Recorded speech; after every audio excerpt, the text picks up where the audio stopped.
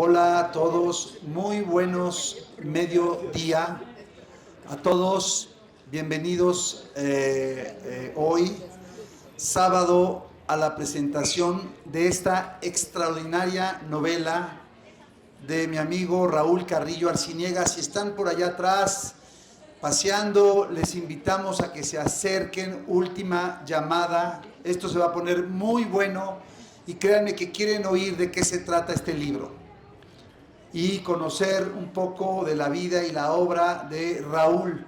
Así que invitados, y antes de comenzar, dar las gracias a la Dirección de Literatura y Difusión Cultural de la UNAM y a la Cátedra Carlos Fuentes, de quien formo parte junto con Carla, que está tomando fotografías, ¿verdad? Y que es mi mano derecha en la organización de todos estos eventos. Y la verdad, a mí me honra presentar el día de hoy a Raúl junto con una de las más extraordinarias novelistas mexicanas actuales, Ana Clavel. Y la verdad es que es un privilegio tener a Ana, tener a Raúl y aparte estar en la UNAM, de donde, por cierto, si no me equivoco, los tres somos egresados. Los tres somos egresados de diferentes épocas, diferentes generaciones, pero finalmente amamos esta universidad y le tenemos mucho cariño, y por eso es una oportunidad. Por favor, acérquense, hay todavía sillas, algunas vacantes, es su oportunidad. Y bueno, voy a empezar leyéndoles una breve semblanza de Ana Clavel, después de Raúl, y ya daremos comienzo a la presentación. Bueno, Ana Clavel es maestra en letras latinoamericanas por la UNAM, autora de libros de cuento, novelas y ensayo.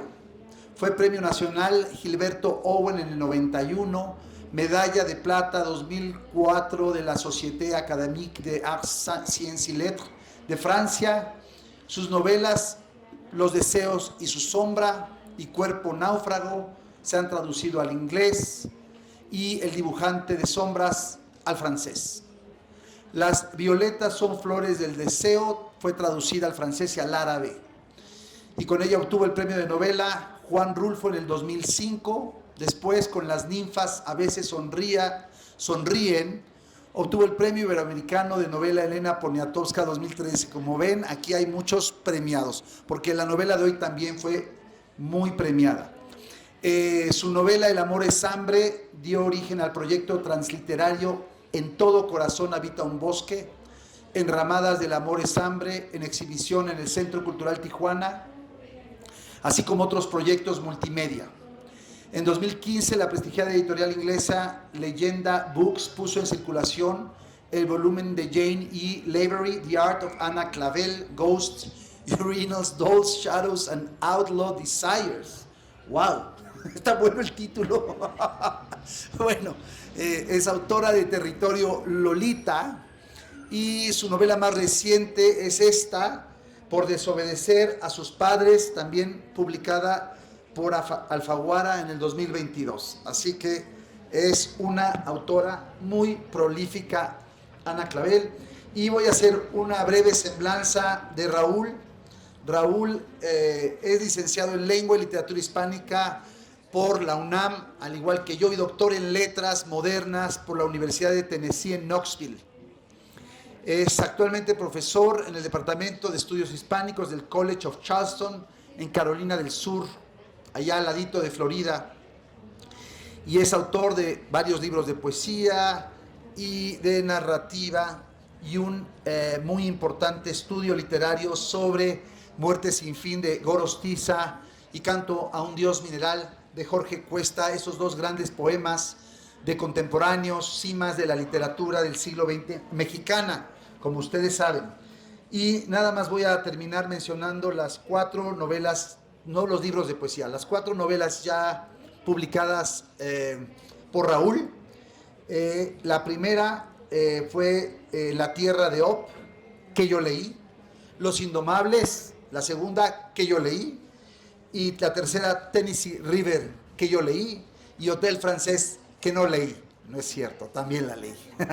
Bueno, entonces he leído casi tu obra completa. No las últimas dos nuevas novelas que tienes por ahí a punto de terminar y de las cuales también hablaremos. Entonces ya con eso cierro y le dejo la palabra a Ana. ¿Quieres esta? A ver si funciona. Supongo que sí. Muy buenos días, tardes ya. Cálidos días, tardes. Pues es un placer estar aquí con ustedes en esta fiesta de la UNAM, de literatura, del libro y de la rosa, ¿no? Que tiene este título tan agradable y que hace alusión a la fiesta de San Jorge, ¿no? y del libro. En particular, pues aquí me han invitado a presentar la novela de Raúl Carrillo Arciniega, a quien apenas tengo el gusto de conocer. Lo había leído cuando me tocó ser jurado del premio junto con Antonio Ortuño y Humberto Guzmán. Fueron como 600 novelas. Entonces mi recuerdo es, imagínense recordar una novela después de una revisión general de 600 novelas en línea. De verdad que tenía que tener algo fuera de serie, ¿no? En especial, bueno, la invitación viene por parte de la Cátedra Carlos Fuentes, Eloy Urroz, y bueno, ¿qué les puedo decir? Tengo un texto que he preparado para ustedes, se llama Bienvenidos al Hotel California, perdón, al Hotel Francés, ¿no? Eso de bienvenidos al Hotel Francés y esta, que es que equivocación, este error de bienvenidos al Hotel California, es porque sí hay como un eco de la canción, de la letra, de la temática, según yo. Ustedes tal vez recordarán la melodía famosísima, habrá supongo gente que no, entonces me tomé la molestia de sacar el video. Como tengo YouTube Prime, no vamos a tener problema para que, si se las pongo, espero que la puedan escuchar, de Hotel California. Y así podemos atraer a más gente. Pues bueno, la verdad es que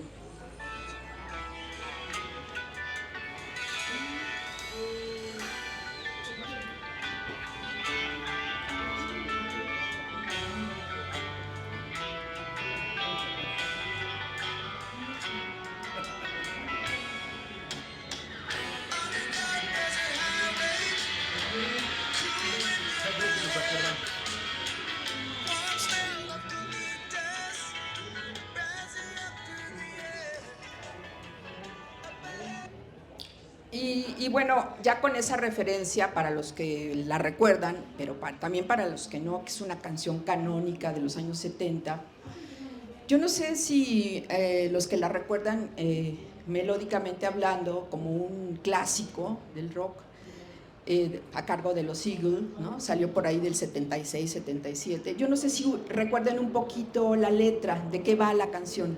Que un hotel es el infierno, ¿no? Bueno, esa es una lectura. Pues, bueno, acá Eloy dice que es alguien que va camino en la carretera, ¿no? Y de pronto ve las luces de un hotel, y la lectura que hace Eloy es de que el hotel es como la entrada al infierno, ¿no? Habrá otros que digan que es el paraíso, habrá otros que digan que es pues la ilusión del amor a través de esta figura de la mujer que de pronto es la que recibe al conductor. Pero lo cierto es que hay una situación como de atrapamiento, de estar allí y no poder salir. Los Eagles hacen la referencia a que pues, es el tránsito de la inocencia a la experiencia, y muchos otros han hecho la lectura, por ejemplo, de las drogas, ¿no? Del mundo de la locura de esos años. Y en fin, lo que a mí me parece importante rescatar es la idea como de un claustro que de pronto nos mantiene en su interior y que por supuesto da una lectura del claustro materno, ¿no?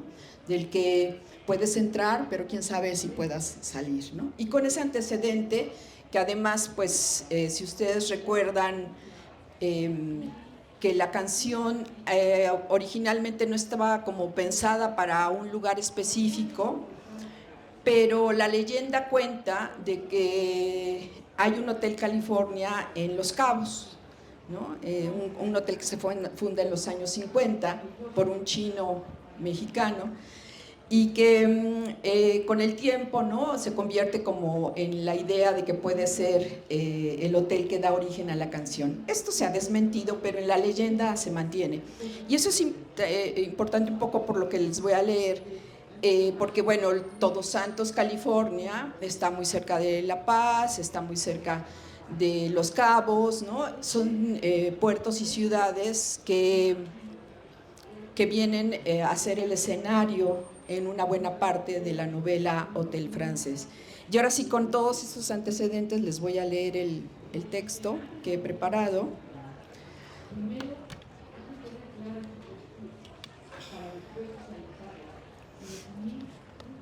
Bueno, bienvenidos al Hotel Francés. En Hotel Francés, Universidad Autónoma del Estado de México 2021, estamos ante la mirada crítica deconstructiva sobre la relación con la madre, plagada de desencuentros y traiciones, a partir de la reflexión de un hombre joven que, al examinar su origen sudcaliforniano, pasa revista a los prejuicios y costumbres sociales y familiares de su entorno, y muy en especial a su propio machismo y de los hombres que lo rodean, incluido, por supuesto, su padre. Como toda buena novela, el libro de Raúl Carrillo Arciniega concentra en su primer párrafo una síntesis certera que logra enganchar al lector. Cito: la muerte de mi madre me tomó por sorpresa, no porque nunca lo hubiera imaginado. ¿Qué hijo no fantasea con la muerte de sus padres? Recuerdo una cita de Susskind de la novela El perfume que leí a los 20 años. La verdadera libertad solo comienza cuando no hay padres. La verdadera libertad entonces se inaugura con la orfandad. Sin padres a quienes decepcionar, no hay nadie que sufra por los errores que el hijo cometió para tratar de alegrarlos. Basta decir que todo hijo decepciona a sus padres en algún momento de su vida. A lo largo de sus 300 páginas, el narrador protagonista, Rico o Ricardo, en su calidad de hijo autoexiliado, dará cuenta de esa decepción como una herida permanentemente abierta, a veces supurante de rencor, otras distante y pretendidamente aséptica, pero nunca una cicatriz resuelta. De hecho, la novela en sí es una suerte de ejercicio psicoanalítico, estupendamente urdido en 4 partes que dan cuenta de la relación del protagonista con sus progenitores desde la infancia, así como una reconstrucción del pasado de las figuras parentales que los llevó a convertirse en personas fracturadas con sus propios sueños y carencias, para los que la paternidad-maternidad no fue más que un modelo heredado por los mandatos sociales. Así, Rico coloca en el diván a Enrique, el padre priista, médico y con puestos estatales y federales en el sector salud en las últimas décadas del siglo pasado, pero sobre todo a Silvia, la madre ávida de escalar y ser aceptada en una sociedad de apariencias.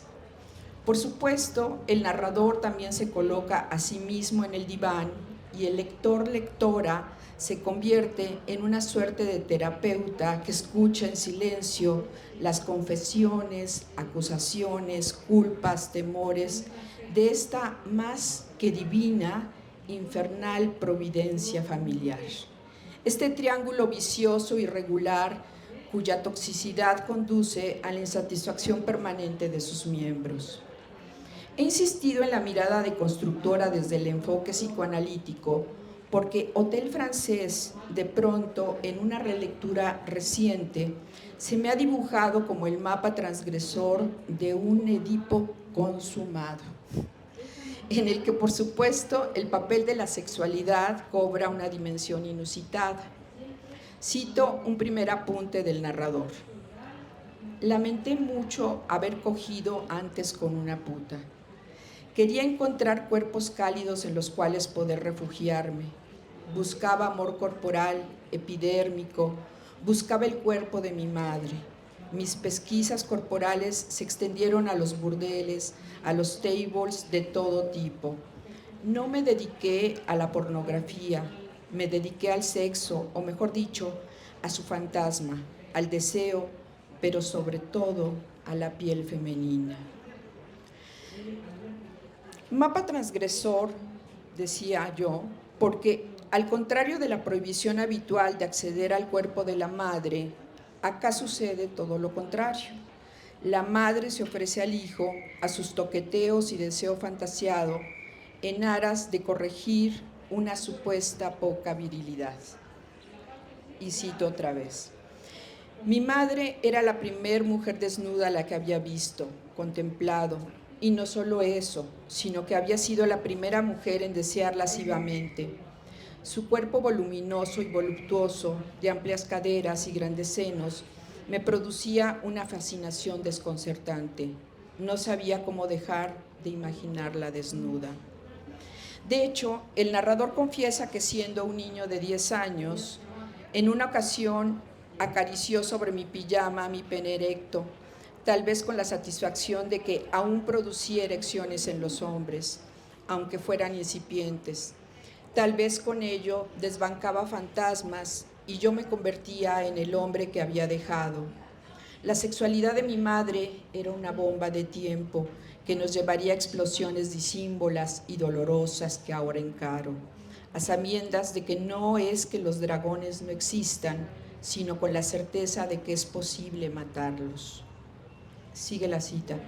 De alguna manera lo sospechaba porque cada vez que teníamos esa clase de encuentros nocturnos, una erección me sorprendía cada vez que se levantaba de mi cama y la descubría sin ropa interior para que yo tomara la iniciativa.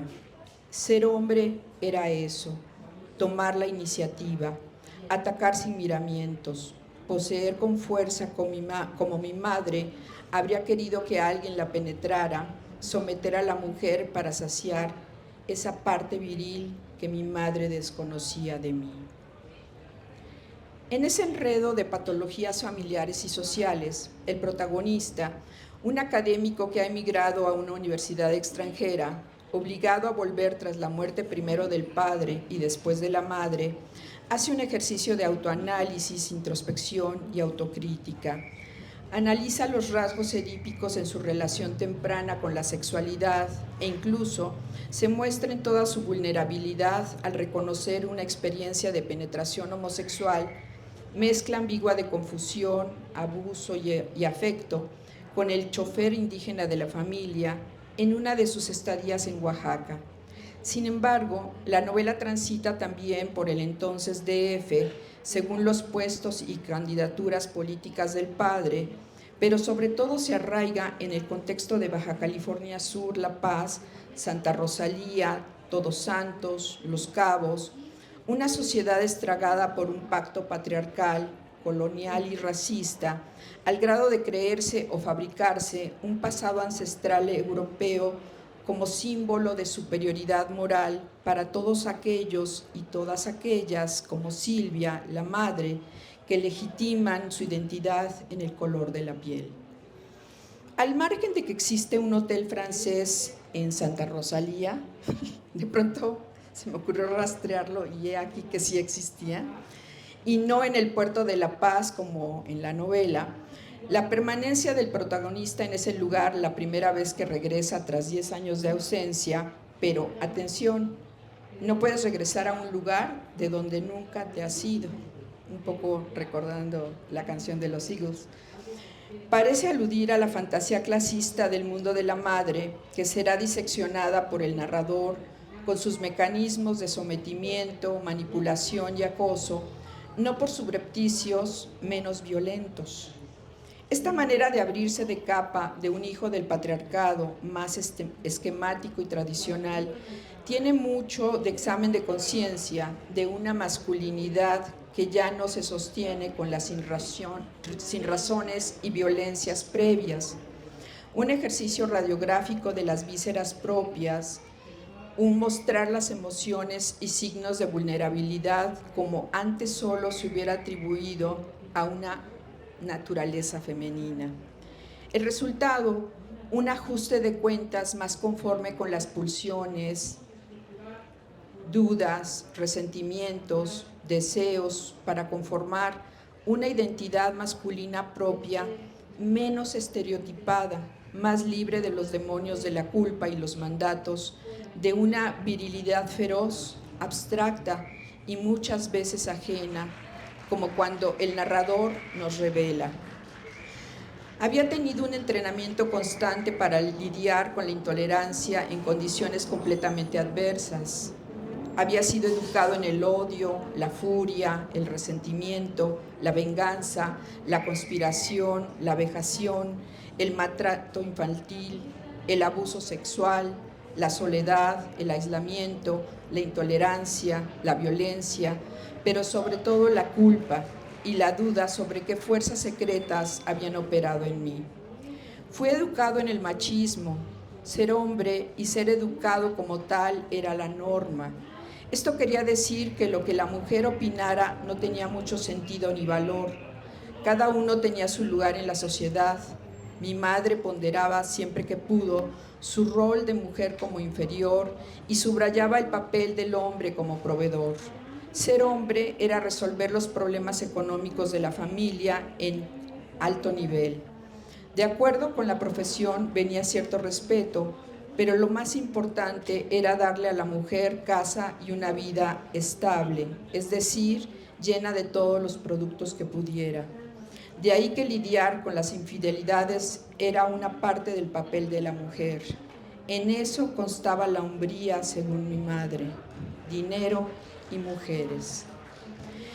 Un machismo en el que sobran erecciones y odios descalificadores hacia todo aquello que represente la figura de lo débil, sea mujer, indígena, pobre. Así, Hotel Francés se revela como un mural de prejuicios y apariencias que pasa por la máscara del poder político y económico, en el que también las mujeres, en busca de la mejor inversión social, hacen lo propio. Cómplices y a la vez instigadoras de un reino atávico en el que se confunde la necesidad de supervivencia con las frustraciones aspiracionales, en un filo donde la pérdida del sentido de la vida va de la mano con la despersonalización y lo demencial.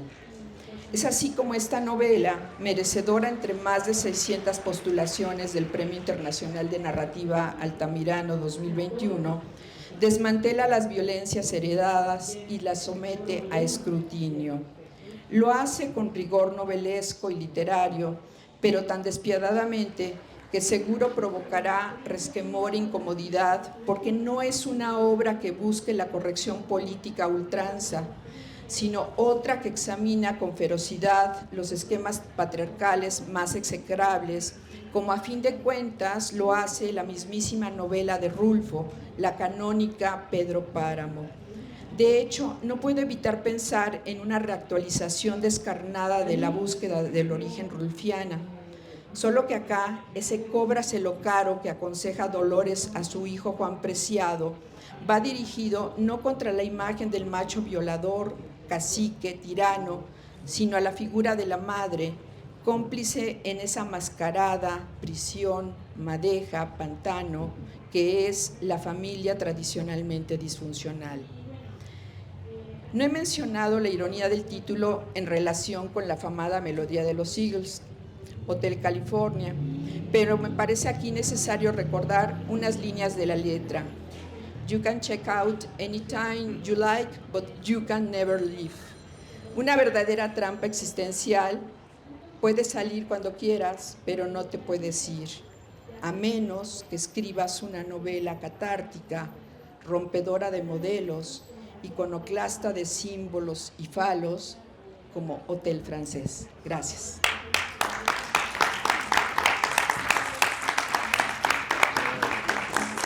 Caray, pues impresionante, Ana, la verdad, muy buena la presentación de Hotel Francés. Como ya se dieron cuenta, es una novela para apetitos fuertes, es una novela muy valiente y es una novela muy descarnada.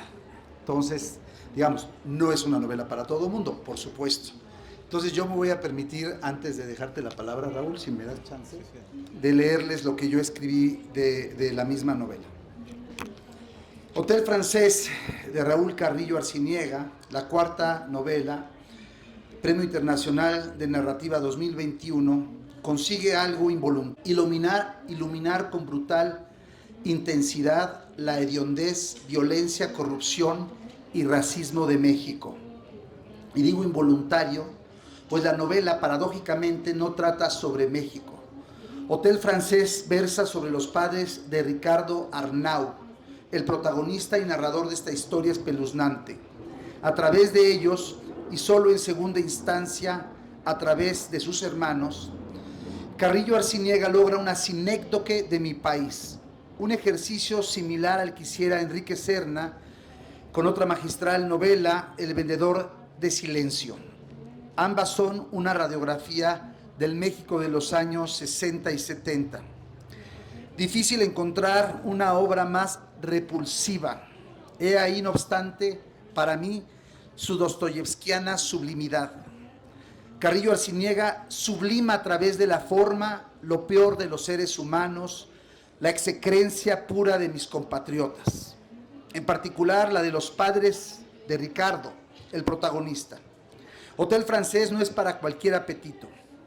Quien imagina una novela más o menos funcional psicológicamente hablando, este relato le dará una cuchillada en el esternón.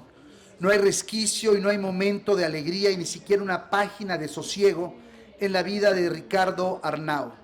Todo es desde que nació infierno, como la cita de los Eagles. Ricardo no ha conocido sino las heces del inframundo mexicano, a pesar de ser un niño rico, a pesar de tenerlo todo en un país desigual, corrupto y clasista. Mas eso que le ocurre no es a pesar de todo su culpa. Él no ha tomado esas malas decisiones que abultan en la novela. La culpa es de Silvia, la madre, y de Enrique Arnau, el padre, que no hicieron sino destruirle la existencia desde que nació. Hay que decir que Carrillo Arciniega logra describir las cosas como fueron y sin clichés, sin maniqueísmos y ni siquiera asignando culpas a posteriori para justificar el destino de su protagonista. En muchas novelas solemos presenciar las erradas decisiones ante los grandes dilemas de la existencia. Aquí leemos una historia donde son otros los padres quienes te joden la vida. Si acaso algo consigue salvar Ricardo del horror, es la posibilidad de contarla, de ahí lo de catártico que mencionaste, Ana. Y lo hace con crudeza, sin cortapisas y a ratos de manera abyecta. Cito: yo hubiera querido tener la familia de otros, la armonía de otros, en los que todo estaba bien, en los que no hubiera falsas pretensiones de reconocimiento, una familia con roles funcionales y esa pretensión de que todo marchaba. Pero el universo, por alguna razón, se había confabulado para ponerme en medio de una familia más cercana al caos, a la indiferencia, pero sobre todo a la violencia intrafamiliar. Recapitulemos qué le ha acaecido a Ricardo en primer lugar. A los 11 años, el chofer oaxaqueño, como lo citas tú, lo viola, y al poco tiempo la madre lo viola repetidamente con el extravagante pretexto de probar su hombría. Según la interpretación a posteriori del narrador, no habría nada peor para Silvia que un hijo maricón, y si el hijo en cuestión ya fue violado, ergo había que comprobar que no se había hecho homosexual, el peor de los maleficios para una madre machista como la de Ricardo. Dicho esto, es plausible que aparte de la locura de la madre exista otro aspecto soterrado, y es que el padre de Ricardo, senador de Baja California, no ha sino indirectamente solapado esta violación al haber escapado de las garras de su temible mujer. Cabe decir que primero el senador ha huido de Rosa, su primera esposa, ya diagnosticada con esquizofrenia. Es justo por la ausencia de ese padre, conjetura un Ricardo Arnau, ya adulto, protagonista, que la madre lo ha utilizado sexualmente como sustituto del padre. En este sentido es notable la capacidad psicoanalítica del narrador para una y otra vez desmenuzar el origen psíquico de los problemas de sus progenitores y por ende los suyos. Esto lo lleva a cabo con una suerte de empecinamiento que francamente no había leído nunca antes en la literatura latinoamericana. Carrillo Arciniega analiza hasta el cansancio cada ángulo y cada arista, acción, cada efecto de esa acción, como para asegurarse de que no existen otras posibles motivaciones psíquicas ocultas. Por ejemplo, cuando en la tercera parte de las 4, Ricardo deduce que su padre no lo abandonó de niño porque simplemente no deseaba repetir el abandono que había sufrido de su propio padre. Ricardo infiere que, y cito, la decisión de Enrique por hacerse cargo del hijo, o sea, de él mismo, fue hecha por el abandono de su propio padre. Silvia había ponderado esto o tal vez no, pero la causa verdadera del por qué había decidido que seguiría con Silvia fue demostrarle a su padre cómo se era un padre genuino. Era su manera de reprocharle su ausencia. Terminó la cita. No deja de llamar la atención el hecho de que a pesar de su indiscutible penetración psicológica, el protagonista Ricardo no se dé cuenta que justo son esas las mismas razones por las cuales él, después de todo, no ha abandonado a sus hijas 40 años después. Años después de la violación de la madre, vienen el abuso a las sirvientas del hogar y más tarde la vida prostibularia de Ricardo, a la que se hace adicto gracias al dinero malvenido del padre Prista, quien de manera oblicua necesita asegurarse que su hijo, el único varón, no se ha hecho gay. No obstante, hay algo aún peor en este infierno de degradaciones: las golpizas de la madre de Silvia y las vejaciones consuetudinarias. Ricardo no es alto, no es firme, no es astuto y no es cabrón como Enrique, su padre. Y para colmo, quiere ser escritor, poeta. Esa es la puntilla para Silvia, quien a lo largo de Hotel Francés no hará sino maltratar a su hijo hasta desangrarlo. Uno no puede sino preguntarse, ¿y por qué no ha huido este adolescente? O bien, ¿por qué vuelve a la casa materna después de tantos años? Porque hay que decirlo, la novela arranca con la muerte de la madre, como ya citó y leyó Ana, como en El extranjero de Camus, y solo a partir del regreso de Ricardo a La Paz se destapa esta cloaca que he ido ya aquí resumiendo. Ricardo tiene que ver muerta físicamente a su madre para por fin reconciliarse con su pasado. Cuando 10 años atrás Enrique Arnau, el padre, fallece, el hijo ha decidido no asistir a los funerales, pues lo último que en ese momento quisiera es tener que encarar a su madre. La enfrentará por fin cuando esté muerta y pueda contarnos la historia de su vida. Insisto, solo lo hará de refilón, oblicuamente, pues esta es sobre todo la historia de los padres, la de sus infancias y sus juventudes imaginadas durante los 60 y 70 hasta su posterior encuentro amoroso, el cual Ricardo imagina de la peor manera posible. Una joven Silvia, su madre, rastrera, escaladora social, resentida y racista, déspota y agresiva, dispuesta a todo con tal de conquistar al político prominente. Una mujer decidida a aceptar las innumerables amantes de su esposo, siempre y cuando sea capaz de eventualmente destruirlas, cosa que hará en repetidas ocasiones. En Hotel Francés no hay pudor, consideraciones al buen gusto ni medias tintas para decir las cosas de manera bien o más o menos suaves y edulcoradas. Como botón de muestra, termino y cito: Silvia intuía lo que estaba ocurriendo, pero dejaba que sucediera. Quería ver si la naturaleza podía recomponer algo que al final ella había tratado de reparar. Silvia había comprobado mi erección en esas visitas esporádicas cuando iba de Oaxaca a Guaymas, en las que se quedaba por 2 semanas. Dormía en mi cama, me acariciaba el pene y lo frotaba contra su vagina. En algunas ocasiones se lo introdujo y musitó algo mientras yo me hacía el dormido. Simple y llanamente, Silvia también me había violado. Y con esto termino esta reseña de esta extraordinaria novela para apetitos muy fuertes. Muchas gracias. Bueno, te dejo la palabra, Raúl, si nos quieres contar un poco del proceso de la redacción de tu novela. Bueno, buenas tardes. Muchas gracias a Eloy Rosa, Ana Clavel, por sus comentarios, por de hecho invitarme también a presentar la novela aquí, en este espacio que es tan querido para mí, porque bueno, yo salí aquí también de la UNAM y volver otra vez a la UNAM ya, digamos, con algo más concreto que lo que empecé hace muchos años, pues me da mucho gusto y mucha alegría. Bueno, el proceso de escritura, bueno, solo quiero decirles que no está tan triste, ¿no? que la pueden disfrutar, pues, no van a llorar. Bueno, sí, pues, pero no, o sea, está leíble. Y bueno, yo de alguna manera siempre me ha llamado mucho la atención las dinámicas familiares, ¿no? Es decir, porque siempre las familias son universos muy cerrados, muy aislados, donde nadie entra. Y cuando alguien entra, pues no, la gente, digamos, que entra a los universos familiares nunca está del todo cierta lo que está ocurriendo, ¿no? Entonces, esa es, digamos, la grandeza de la familia mexicana, ¿no? O lo terrible de la familia mexicana, que siempre está ahí y que puede ser lo que sea, porque nadie sabe lo que es una familia, ¿no?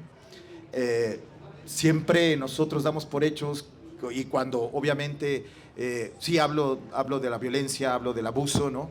Y cuando eso sucede, sobre todo cuando se está dentro de una familia disfuncional, nunca te enteras que es una familia disfuncional hasta que alguien te dice que es una familia disfuncional. ¿Por qué? Porque es lo único que conoces, es lo único que has vivido. Y esas dinámicas para mí son bastante fuertes, ¿no? Ese dramatismo que hay, sobre todo por la idea que se tiene de la familia mexicana, ¿no? O sea, un centro donde todo se concentra y el bienestar está ahí y todos estamos como en el mismo barco. Pero ¿qué pasa si ese mismo barco no fluye, no flota en la misma dirección que todos quieren, ¿no? Entonces, para mí, crear todo este universo que está en la novela fue todo un reto, ¿no? Sobre todo, bueno, solo quiero decir que mi mamá no ha muerto. ¿No?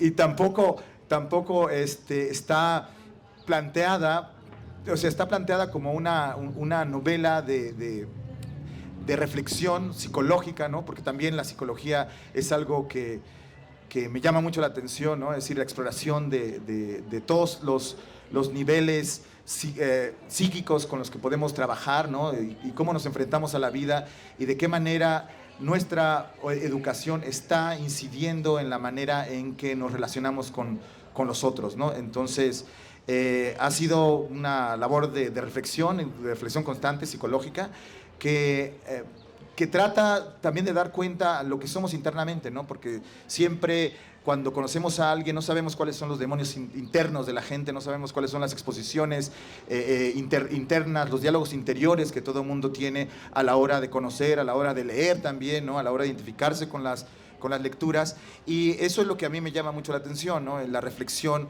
y la voz interior, ¿no? de cada uno de los personajes y cada una de la gente con la que puedes convivir también, ¿no? Y toda esa separación que hay física y cómo adentro, en la voz interior, siempre está dándote una nueva visión y una nueva versión de lo que puede ser, y también cómo, de acuerdo a ciertas vivencias, puedes relacionarte de ciertos modos con cierta gente. Entonces, eso es un poquito lo que me...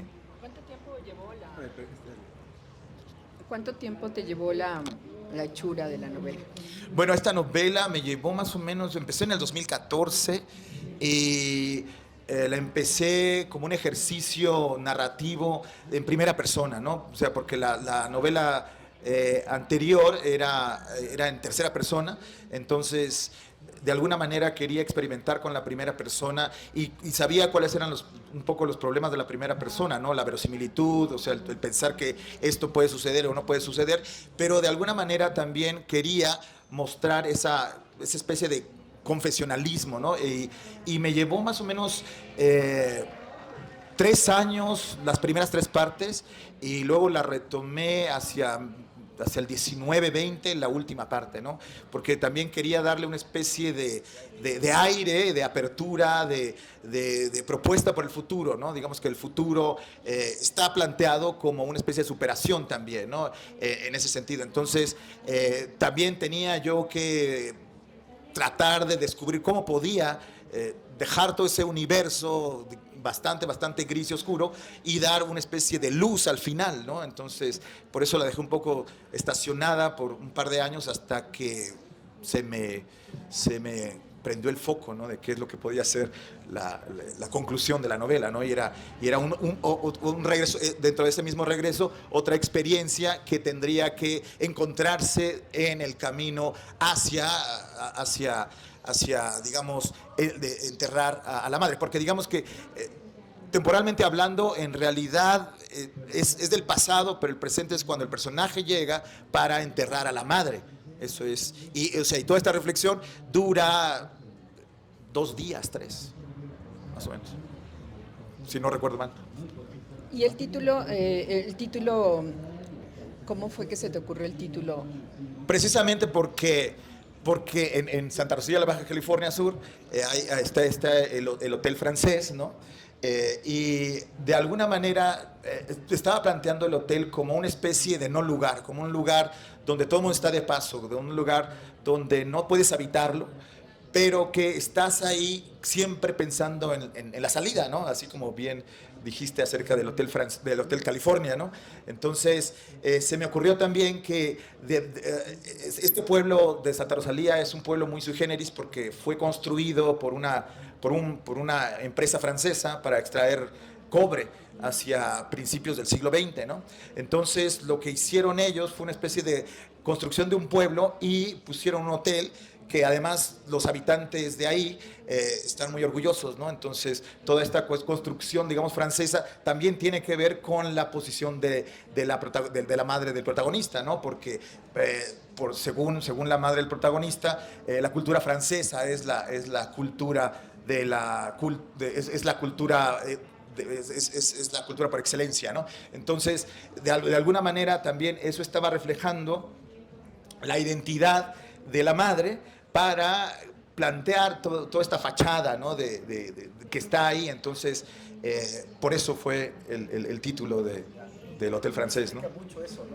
Hay un video que encontré, ¿no? Del hotel y hacen un recorrido y efectivamente es como un lugar detenido en el tiempo en las primeras décadas y con objetos varios de lo que presuntamente es francés, ¿no? Entonces, de pronto son jarritas como floreadas, super cursis, ¿no? Pero que es la idea de lo que de pronto clasistamente se maneja, ¿no? Como algo extremadamente culto, civilizado.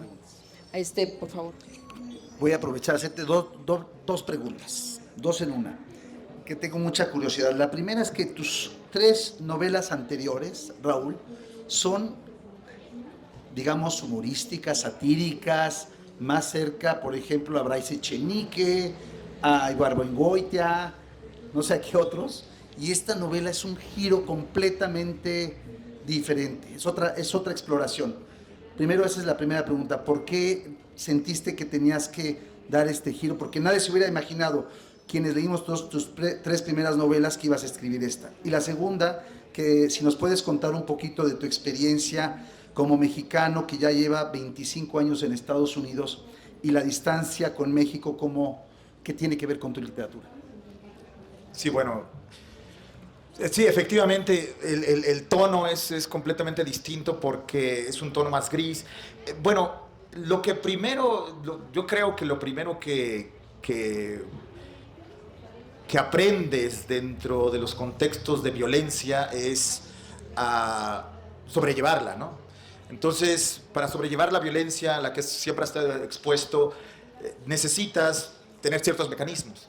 Entonces, los mecanismos que yo he escogido para de alguna manera tratar de llevar a cabo la exploración creativa han sido humorísticos, porque me parece que también el humor puede contrarrestar la vitalidad, o sea, lo terrible de la violencia, ¿no? Porque el problema con la violencia es que siempre se muestra, siempre sucede, y es muy evidente la violencia, ¿no? Cuando es física, pero cuando la violencia es emocional, también va a dañar de la misma manera que si lo hace físicamente.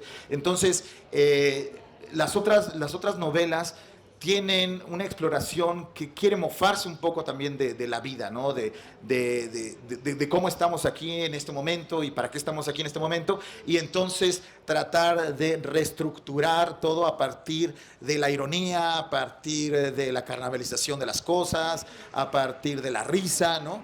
Que de alguna manera yo creo en la comedia, por ejemplo, ¿no? Que parece que nos muestra las situaciones absurdas de la vida y de alguna manera las pasa por un sedazo de dulzura que trata de ocultar la violencia, pero siempre está ahí. Entonces, cuando empiezo a escribir esta novela, me doy cuenta que ya el humor no me estaba resultando, ¿no? Entonces que tenía ya que enfrentar yo los problemas con la violencia y cuáles son y de qué manera había que denunciar también ciertas violencias, ¿no? Porque me parece que la violencia emocional es más poderosa todavía que la violencia física, porque la violencia física se asume, se acepta, es decir, si tienes un golpe, pues te sale un morete, te da un dolor, pero cuando tienes una violencia emocional, nunca puedes, digamos, sanarla, por llamarlo de alguna manera, y tienes que enfrentarte a ella para deconstruirla. Y también surgió que empecé a tomar terapia psicológica, ¿no? Entonces, la terapia psicológica también me ayudó a mostrar ciertos procesos, ¿no? Con los que traté yo de desmontar todo un universo de violencia, porque también la violencia me llama bastante la atención, pues, ¿no? Y cómo esta violencia se puede descontextualizar y también deconstruir para tratar de hacer algo que tenga sentido, ¿no? No, ya nada más, pues felicitarte por esta novela. Yo sé que ahorita te defendiste un poco, como no es tan terrible como la han pintado, sí es fuerte, como dice él hoy, es una novela no para cualquier gusto, para cualquier apetito, ¿no? Sí puede ser fuerte, pero eso no quita que, por un lado, sea una literatura necesaria, ¿no? De justamente examinar esos prejuicios, esas violencias, y por otro lado, porque efectivamente sí hay una luz al final del túnel, hay un trabajo de recuperación y de encuentro del personaje, ahora sí que como ese Juan Preciado que por fin llega a su propio autodescubrimiento. Sí, exactamente, esa cuarta parte es como una luz al final del túnel. Ya nos dicen que ya se acabó nuestro tiempo. Yo nada más, primero agradecerte muchísimo, Ana, la presentación maravillosa. Y sí le haces justicia a la novela, la verdad. Y qué bueno que fuiste jurado de esta novela. Entre más de 600 obras, algo bueno habrá con este libro. Se los recomendamos, obviamente, los dos. Aquí está a la venta, así que si quieren acercarse, Hotel Francés, aquí está a la venta. Tenemos 3 minutos, doctor. ¿Para preguntas? Si quieren hacer alguna pregunta al público y ustedes responderles, con todo gusto. Yo estoy aquí con el micrófono. ¿Alguna pregunta para Raúl? Sí, la señora aquí tiene una pregunta. Gracias, seré breve en la pregunta. En términos del proceso creativo, ¿puedes decir cuál es el vínculo entre el inicio, la frase del inicio y el final? ¿Cómo lo conseguiste? O sea, cuando empezaste a escribir, ¿ya sabías cuál era el final? Bueno, cuando empecé a escribir no sabía cuál era el final realmente, ¿no? Pero lo que sí, y el inicio realmente fue lo último que escribí. Es decir, las primeras 20 páginas fue lo último que escribí, porque quería precisamente darle agilidad a la lectura y tratar de enganchar también al lector, ¿no? Porque me parece que que despreciar al lector pues no está bien, ¿no? Entonces hay que captarlo, hay que tratar de decirle, bueno, aquí va a haber algo terrible, pero quédate, espérate, y eso fue, y además del principio lo escribí como unas 30 veces, o sea, porque quería que fuera, cuando menos que te leyeran las 10 primeras páginas, con que lean ya con eso. Y al final, sí, lo que traté de hacer es dar esa idea de que, ok, o sea, a lo mejor al protagonista le va a ir todavía peor, pues, pero todavía quiere hacer algo, ¿no? Entonces, no es así como redonda completamente, pero sí está una especie de final abierto, un poco en fuga, ¿no? Para saber qué es lo que podría ser. ¿No? Hacia la liberación. Hacia la liberación, claro, hacia la liberación de todo eso, porque era ese equipaje que el personaje tenía que desmenuzar un poco, ¿no? Sí. ¿Tenemos alguna otra pregunta para el autor? No. Bueno, pues darte las gracias nuevamente, Raúl, a ti y a tu novela, y gracias, Ana. Muchas gracias a ustedes, muchas gracias, Ana, muchas gracias, Eloy. Muchas gracias, UNAM.